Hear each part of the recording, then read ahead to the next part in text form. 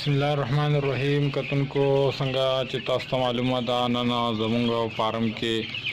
یو لسمه ورځ ده نو نن چې دی نن چرګانو ته بالکل ساده اوبه چې دي هغه سټارټ دي څنګه چې تاسو په ویډیو کې هینمو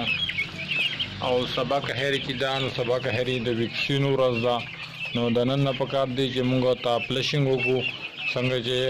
لومبنۍ ورځ باندې موږ کړی وو بیا د ویکسین نه یو ورځ مخکې کړی وو نو دغه شانو سبا بیا ویکسین دی نن بیا موږ لا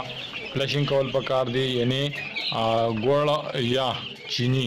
دوی ته په اوبو کې حل کول دي هغه ورکول دي تقریبا په زرو جزو پسې تقریبا 2.5 کیلو چینی چې هغه په اوبو کې حل کړی شي تقریبا د 60 لیټر اوبو کې یا تقریبا 50 لیټر اوبو کې دا حل کړی شي او دا جزو ته ورکړی شي نو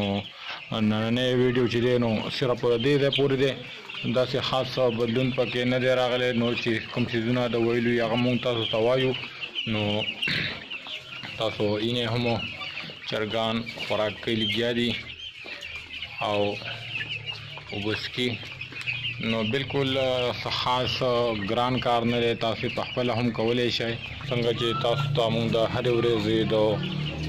ویډیوز په اړه کې وایو چې کم کارونه مونږ کوو هغه په دې ویډیو کې مونږ تاسو ته ویلي دی وایو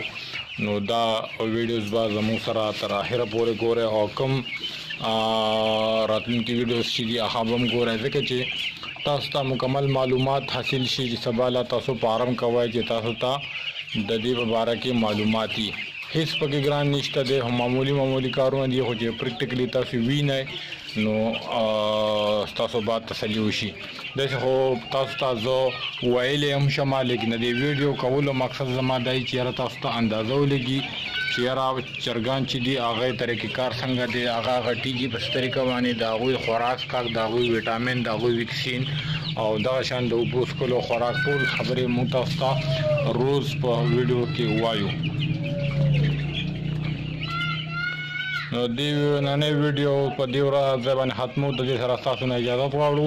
او سبانه د 12 ورځې بیا تاسو ته د ویکسینیشن طریقې کار او بیا راتلونکي ویډیوز کې د نور هم معلومات درکو د دې سره تاسو نه اجازه غواړو د الله په امان حد او باد اوسئ السلام علیکم